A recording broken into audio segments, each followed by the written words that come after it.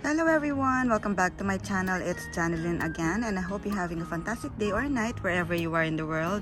And if you're new here, welcome. Here we do plenty things. If that interests you, consider in subscribing to my channel and hit that bell button so that you're updated with my latest videos. So guys, I just want to show you a quick video of my Hollyhock flower that I've grown from seed. And look at how gorgeous the flower is, guys. Isn't it gorgeous?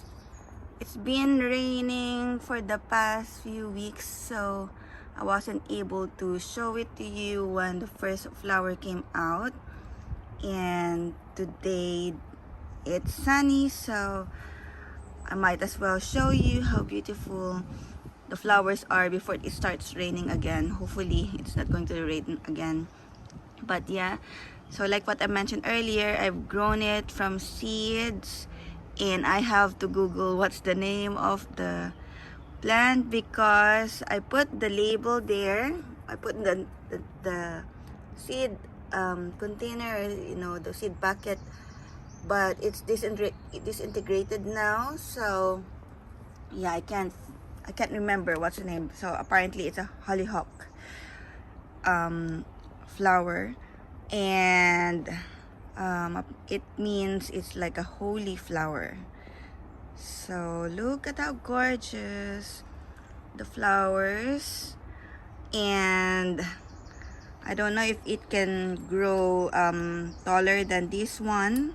When I tried to Google it, the plants look tall, but at the moment it's only this size, so it's still small. And I planted my dahlia as well, so the dahlia doesn't have flower yet. So it's here with my David Austin roses. So here's my nostalgia, the two flowers left.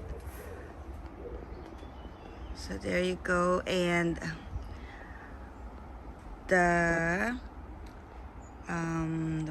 violas, and I forgot what's the name of the other one. I'm going to put it the label underneath.